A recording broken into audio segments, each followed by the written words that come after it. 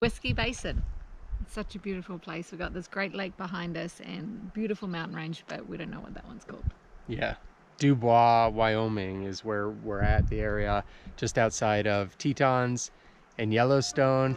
And it's absolutely gorgeous. The mountains, the snow caps, rivers, lakes, the hills, the countryside. It's just a beautiful place full of nature. And if you want to come and see wildlife, come here. They just had last week in town, so it's on the main street where everybody's just driving up and down. They had a grizzly with its baby walk up the main street. Yesterday we went for a drive, so we went a little bit off-roading on a dirt road. North about 24 miles up a dirt road in the absolute middle of nowhere wilderness.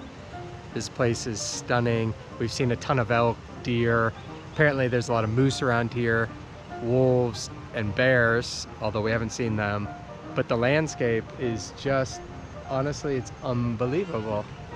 We're actually now in where the largest herd of bighorn sheep in the US reside. We haven't seen any, but they're around here. This is like wildlife lover area, and the lakes and the rivers are full of trout and different fish. So if you want to go fly fishing, what a beautiful spot to come.